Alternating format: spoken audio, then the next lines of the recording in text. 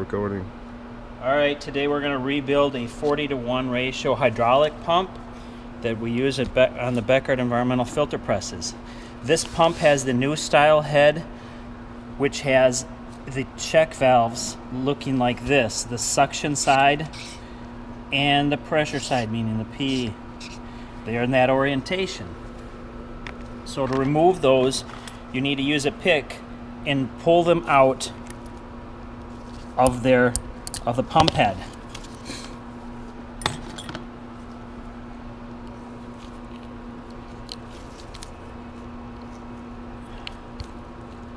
It takes a little bit of effort to get them started. Use a different type pick.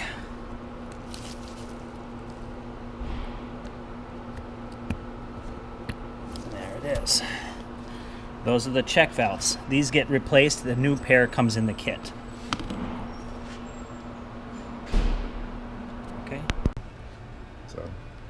All right, we're going to start by removing the pump head from the piston. Remove these 4 screws.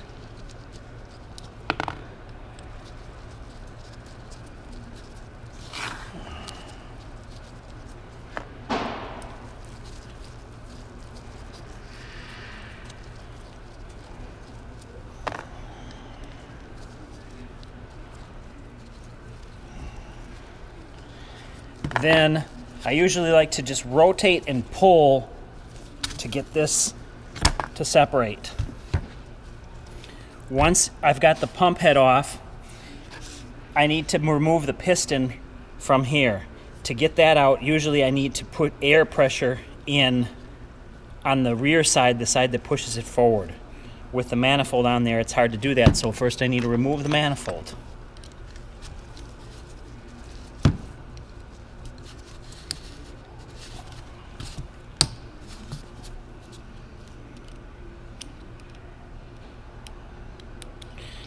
The manifold is attached normally to the shuttle valve that can come off with it together.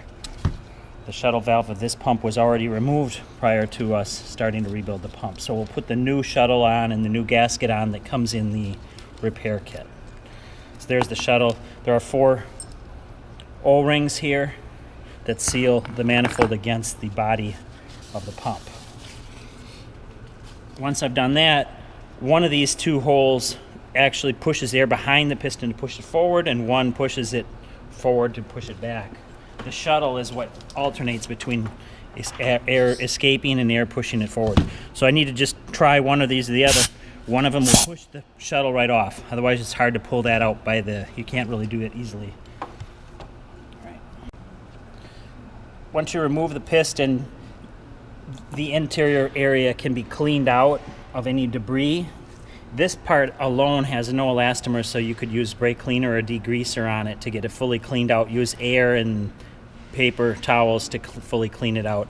This, because I'm not going to replace the seals, I'm just going to wipe it off with paper towels to get it fully cleaned.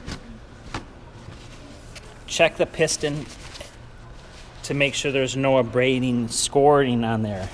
There are no, the bluing may be worn off, and that's okay, but if there are any long scores, that would indicate you need a new pump. This head looks fine. There aren't any, there's some of the bluing is worn off, but that's just cosmetic pretty much. There's no scoring lines at all in it. Again, and there's no scoring lines inside the pump head. It's fully smooth. Just a good clean is all, and re-greasing before assembly is all this is gonna need. The pump head itself, we need to take it apart further to get to the oil seal. If the oil seal goes, there's a leakage port basically right here that allows the oil leaking past the seal to get out. If the seal is intact, no oil would come out of that port. So once you remove these 4 screws on top that seals the pump body together, we can take apart the pump body head. Again, everything needs to be cleaned out. There is 1 O-ring inside this circular part that is a wear part. The piston travels back and forth across it. That O-ring is right there. I need to use a pick to remove it. Here's the oil seal of the pump itself. It's It's a packed seal, means it has an oil O-ring inside the pack, and that's facing down or into the pump. The piston head goes in it and seals accordingly. So the oil pressure is all on the inside of this black piece. The air is all on this side of the part. So the oil realm of this pump is on from here over, and that's the oil air seal, that O-ring. That's the oil seal that seals the oil into the pump head. The pump head then has its two discharge, suction and pressure. So like a syringe, this moves in and out, pulls oil in the suction when it goes this way, and pushes it out the pressure when it goes that way. So that's all it works. To put a new seal in, take the old seal out with a pick. There's, again, that's a packed seal, and it shows the little O-ring part of the seal actually. Two sealing edges are the outside sharp edge and the inside sharp edge. They should both be crisp and sharp. If there's any damage to the seal, you'd notice it immediately. If there's a little ding or a dent, that could be a blown seal right there on the very edge. Right there, it looks like a tiny defection there on that sharp seal. Again, it could have been me just hitting it with a pick, but I don't think so. I think that might have been a blown seal right there. It doesn't take much at 3,800 psi of oil to leak past this seal. What I do before I reassemble is I'm going to degrease this part and then dry them off and bring them back for assembly. This piece I'll just hand dry off these parts so they don't get any solvent on the O-ring surfaces. I'm not going to replace this O-ring since it's not pinched anywhere. It looks good. It just seals inside the cylinder. It doesn't actually wear back and forth. These seals again look fine as well as the cylinder, so I'm going to leave those alone. And the other part I will replace is I'm going to pull that with pick that O-ring out of here and replace that with the O-ring that comes. The kit that has the new seal comes with the small O-ring that goes in here, the oil seal, and then this large O-ring if you need to use it. All right. Now we've removed the old O-ring from inside here and the old oil seal from there and cleaned our parts up. So now we're going to replace the O-ring that goes inside here, and that comes in the package with the new O-rings. Is this already greased up? No. We recommend using the MagnaLube G grease on the parts. I'm just going to give it to you with a little bit of grease, and you can try to put it in there. While he's putting that O-ring in there, I'll put this seal back in the pump. What you want to do is carefully get those edges tucked in so that it doesn't shear the edges of it. So I usually try to get it started and carefully tuck the edges in with the rounded part of this pick, or a small flat screwdriver sometimes works to help get that compressed a little bit and down.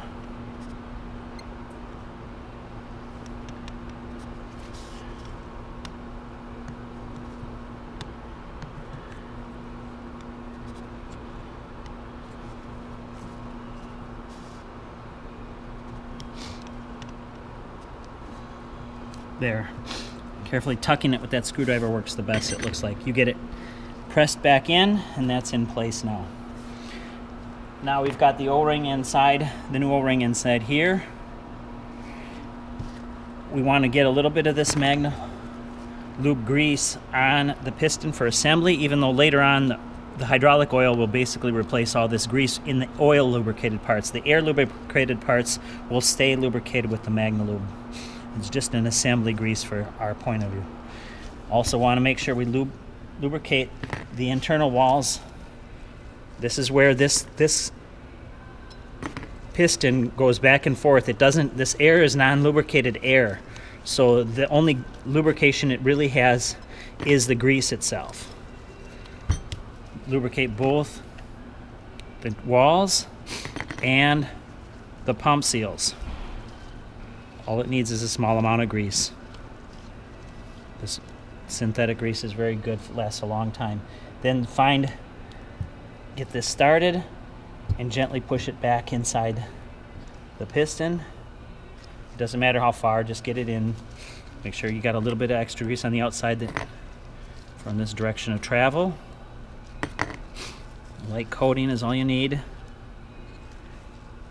Now, we can reassemble this part. I'm not going to need. The O-ring is in good shape. Now we can reassemble the pump head. Now the pump head goes back together. It's only got one way it actually fits, so once you've figured out, line up the holes. This goes on here.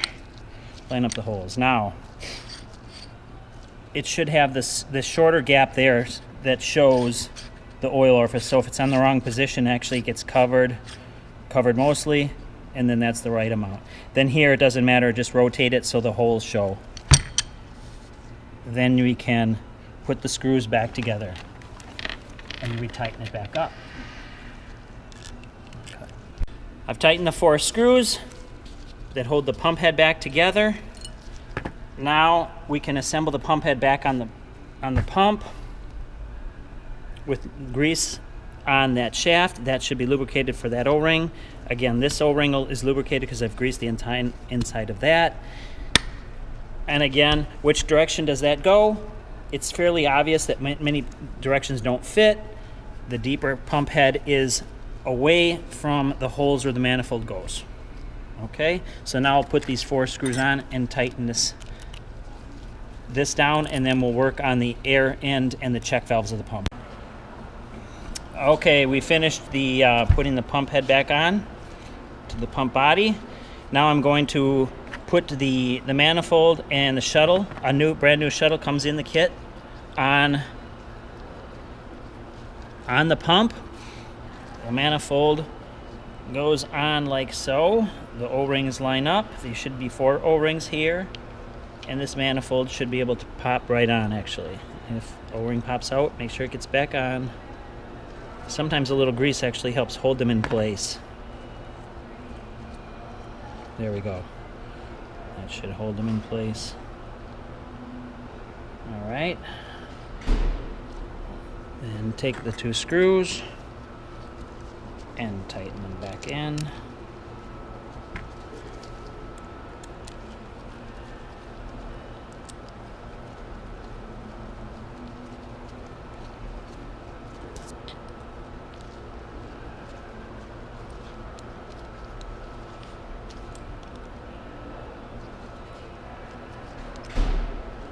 Does it.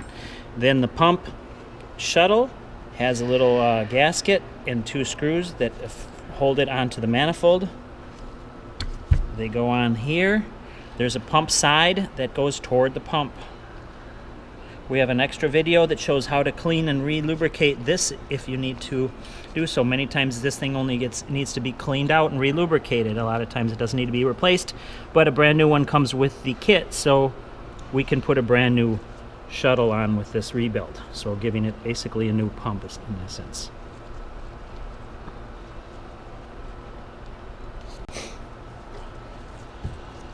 It isn't necessary to over torque these gaskets because it's a very flexible rubbery gasket in between the 2, so just a gentle twist on each Allen can tighten this one.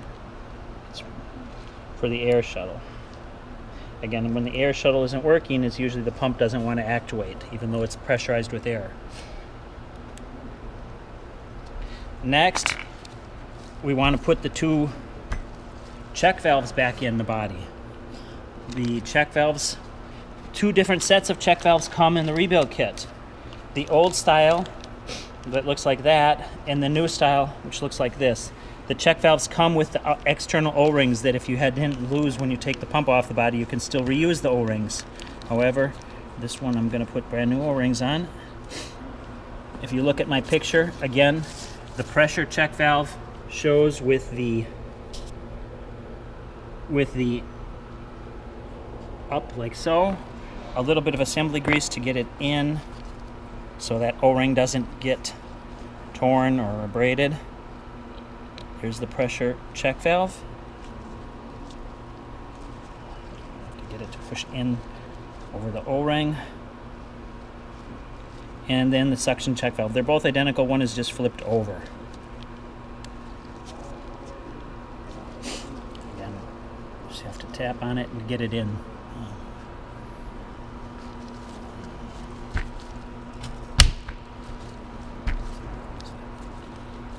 And gently push it in. Compresses that O-ring to get it to go in. Then there's an O-ring that goes on the outside that seals against the manifold block. Make sure that those O-rings don't fall off when you put it back on the pump. You might want to put a piece of tape or something to keep it in place while you finish the rebuild of the pump. Then, last thing, there are two mufflers that go out here and here. The mufflers are the air exhaust from the air actuation of the pump. So these can be placed in by hand and then tightened with a wrench. The air feed into the pump is the central port. It's fed by a brass nipple that comes from the regulator that controls the air pressure that the pump is operating at. This is the older style pump head. The older style pump head has different looking check valves. They're individual components. Inside the repair kit, we receive new check valve components. That includes the O-rings, the springs, the seats, and the two ball checks. So those parts here look like the follows. If you don't want to get them mixed up, you can either do them one at a time or remember which order they go in. So there's 2 seats, 2 checks, and 2 springs. They loosen up with an Allen wrench where the oil comes in and out, actually out through the same hole the Allen goes in. So the suction side check valve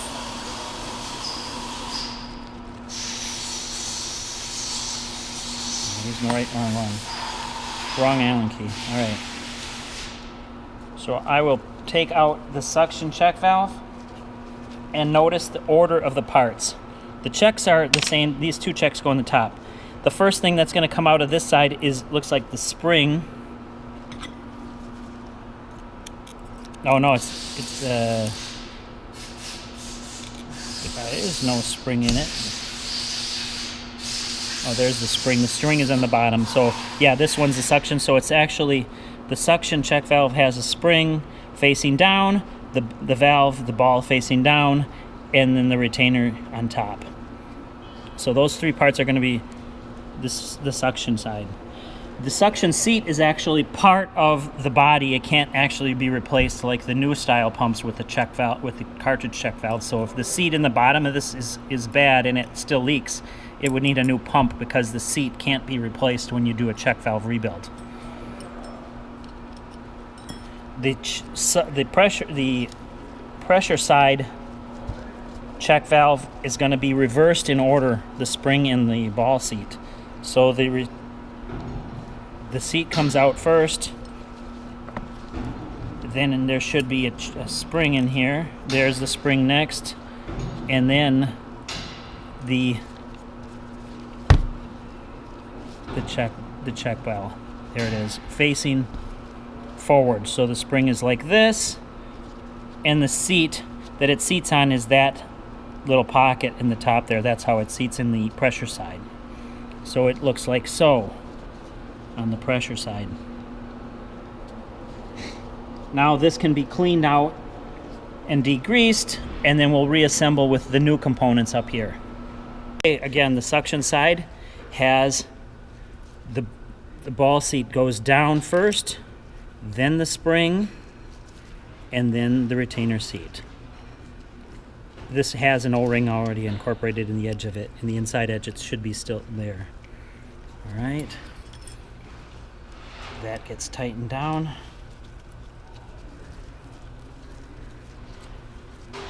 Doesn't need to be excessively tightened. Okay, then the other one is the opposite. It ends up with the ball facing up, then the spring, then the seat. Then we tighten that down.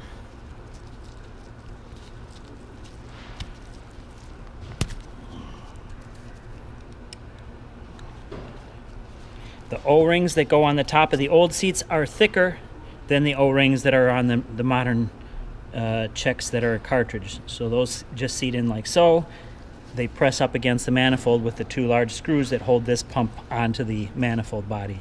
I like to put a piece of tape there in the meantime in shipping so that they don't get lost before a customer receives it.